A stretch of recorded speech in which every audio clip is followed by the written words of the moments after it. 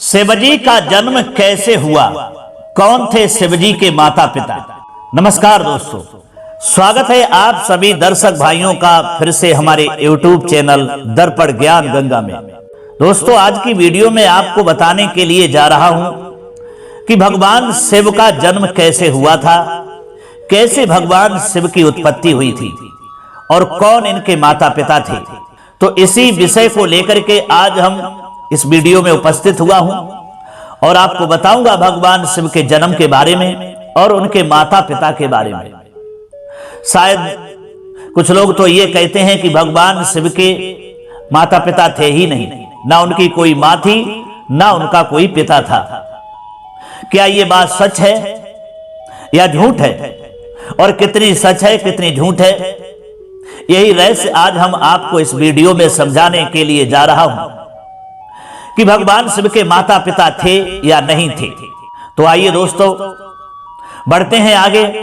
उससे पहले आपसे निवेदन करूंगा, अगर आप हमारे चैनल पर नए मेहमान दर्शक बनकर के आए हैं, आपने अभी तक हमारा चैनल सब्सक्राइब नहीं किया है तो चैनल को सब्सक्राइब कर लें और बेल आइकन घंटी को भी अवश्य दबा दें, क्योंकि आपका एक सब्सक्राइब हमारे लिए बहुत महत्व रखता है। और इस वीडियो को शुरू से अंत तक अवश्य देखें। तो चलिए दर्शक भाइयों, बढ़ते हैं आगे और जानते हैं भगवान शिव के जन्म के बारे में और उनके माता पिता के बारे में। प्रिय दर्शकों, भगवान शिव के बारे में लोग कहते हैं और ऐसा कहा जाता है कि भगवान शिव त्रिलोक के आदि और अंत के देवता हैं, जिनके आगे दुनिया की सभी शक्तियां असफल हो जाती हैं। लेकिन क्या आपको मालूम है कि आखिर भगवान शिव कौन है और उन्होंने किससे अपनी शिक्षा प्राप्त की थी या नहीं की थी, और किस किस को शिक्षा का उन्होंने दान दिया था? इन्हीं सवालों का हम जवाब देने वाले हैं। भाइयों, कहते हैं कि जब सृष्टि का अस्तित्व ही नहीं था, समय थमा हुआ था और चारों ओर बस शून्य था, तब उस मौन में एक हुंकार गूंजी और वही हुंकार बना सृष्टि का पहला स्पंदन। लेकिन जिसने वह हुंकार भरी, उसका जन्म कैसे हुआ? क्या भगवान शिव कभी जन्मे थे या वे स्वयं ही अनादि हैं? तो दोस्तों, आज सबसे पहले भगवान शिव के जन्म से जुड़ी पहली कहानी यानी शिव पुराण की एक लोकप्रिय कथा के बारे में हम आपको बताने वाले हैं। शिव पुराण के अनुसार भगवान शिव को स्वयंभू माना जाता है, जिसका मतलब होता है कि भगवान शिव का जन्म स्वयं से ही हुआ था। यानी इससे एक बात तो साफ हो जाती है कि ना ही भगवान शिव की कोई माता है और ना ही उनके कोई पिता है। इसी कारण भगवान शिव पंच तत्व से भी परे हैं, जिस कारण से इन्हें मृत्यु का भी कोई भय नहीं होता है और उनकी मृत्यु कभी होती ही नहीं, ना हो सकती है। पर अब बात करते हैं विष्णु पुराण में, जो बताई गई है कि भगवान शिव के जन्म से जुड़ी हुई एक और कहानी के बारे में।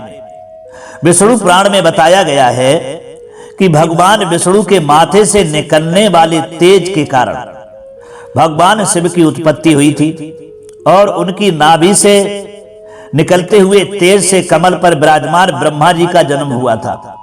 मगर दूसरी ओर भगवान विष्णु के जन्म के बारे में शिव पुराण में बताया गया है कि एक बार की बात है, जब भगवान शिव अपने घुटने मल रहे थे और उनके घुटनों से निकलने वाली मैल से भगवान श्री विष्णु का जन्म हुआ था। पर अगर ऐसा हुआ है तो विष्णु पुराण और शिव पुराण एक दूसरे से बहुत अलग है। इस कथा के अलावा भगवान शिव के जन्म की एक और पौराणिक कथा काफी ज्यादातर पॉपुलर हो रही है, जिसे शायद आपने बड़े बुजुर्गों से सुना होगा। पर अगर नहीं सुना है तो आपकी जानकारी के लिए हम बता दें कि एक बार की बात है, जब भगवान विष्णु और परम ब्रह्मा जी के बीच इस बात पर बहस छिड़ गई कि आखिर इस संसार में सबसे महान कौन है, और जब भगवान विष्णु ब्रह्मा इस बात को लेकर बहस कर रहे थे, तो एक जलते हुए खंबे के रूप में महादेव उनके बीच आए।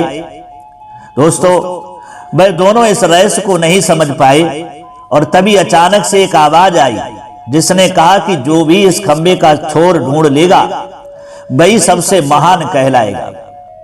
ऐसा सुनते ही ब्रह्मा जी ने एक पक्षी का रूप लिया और खंबे का ऊपरी हिस्सा ढूंढने के लिए चल दिए। भाई विष्णु जी ने बारहा का रूप धारण किया और खंबे का अंत ढूंढने के लिए वो भी चल दिए।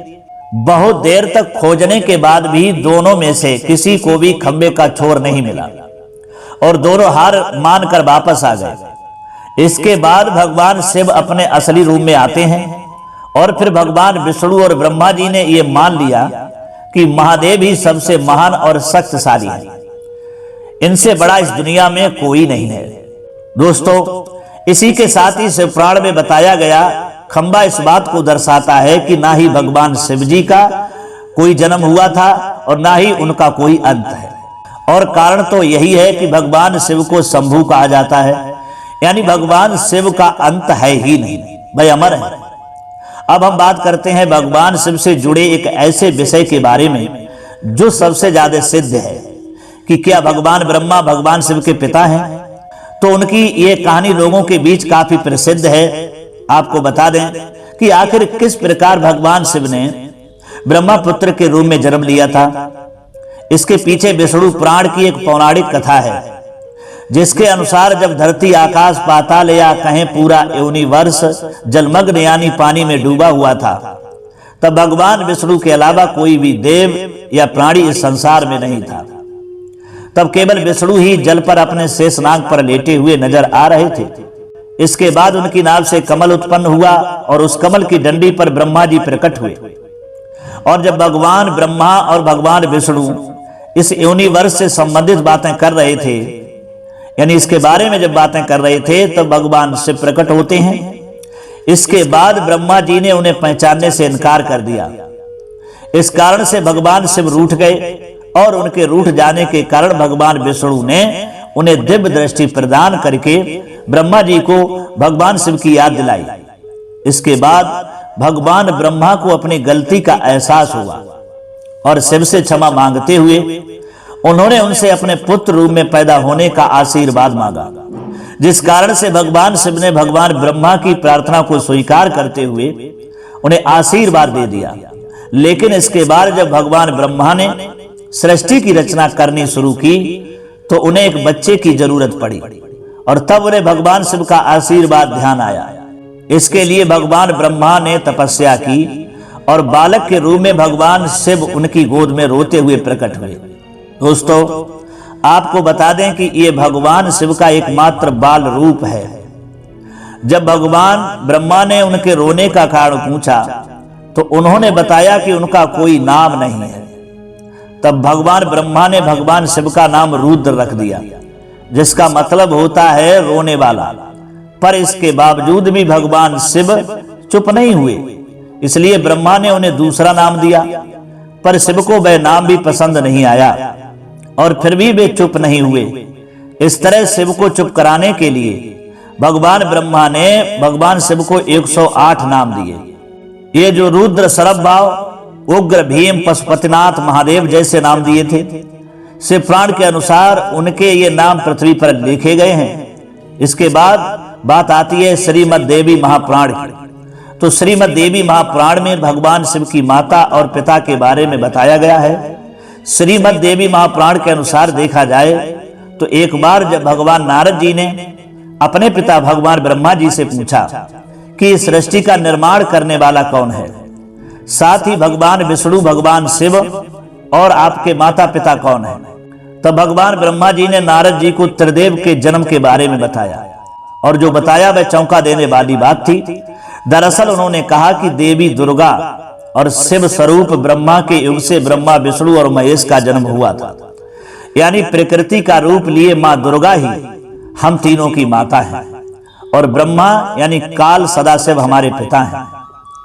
इसके साथ ही श्रीमद् देवी महापुराण में भी भगवान विष्णु और भगवान ब्रह्मा के बीच हुए झगड़े की एक कहानी मिलती है, जिसके अनुसार एक बार श्री ब्रह्मा जी और विष्णु जी में झगड़ा हुआ और दोनों में बहस छिड़ी हुई थी।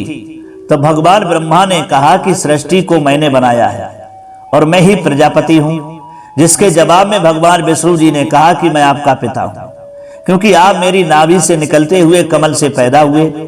और धीरे धीरे करके ये बहस बढ़ती चली गई। दोस्तों, इसके बाद इन दोनों का झगड़ा सुनकर के सदाशिव वहां पहुंचे और उन्होंने कहा कि पुत्रों, मैं ही तुमको इस संसार को बनाने और इसको संभालने के केवल 2 काम दिए हैं। इसी प्रकार मैंने शंकर और रुद्र को शहर और त्रिपति के कार्य दिए हैं।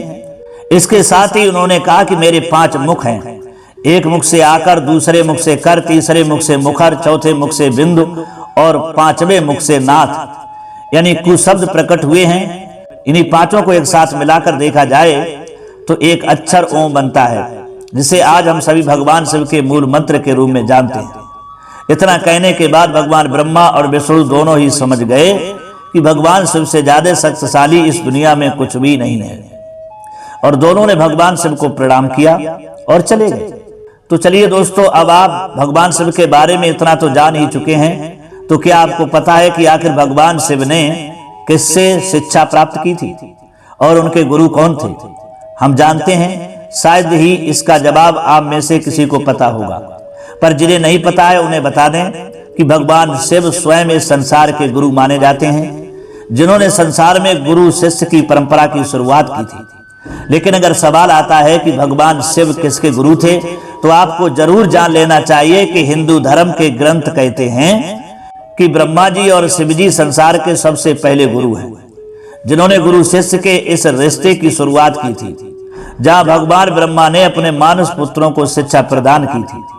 भाई भगवान शिव ने अपना ज्ञान केवल अपने 60 शिष्यों को दिया था, यानी भगवान शिव 60 शिष्यों के गुरु थे, और वह जिन शिष्यों के गुरु थे वे आज के समय में उन्हें सप्त ऋषियों का दर्जा दिया गया है।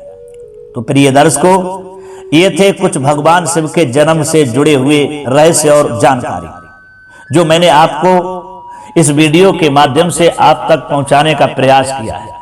तो दोस्तों, इस वीडियो की जानकारी से यह साबित होता है कि ना तो भगवान शिव की कोई माता थी और ना उनके कोई पिता थे, वे स्वयं ही प्रकट हुए थे, स्वयं ही पैदा हुए थे।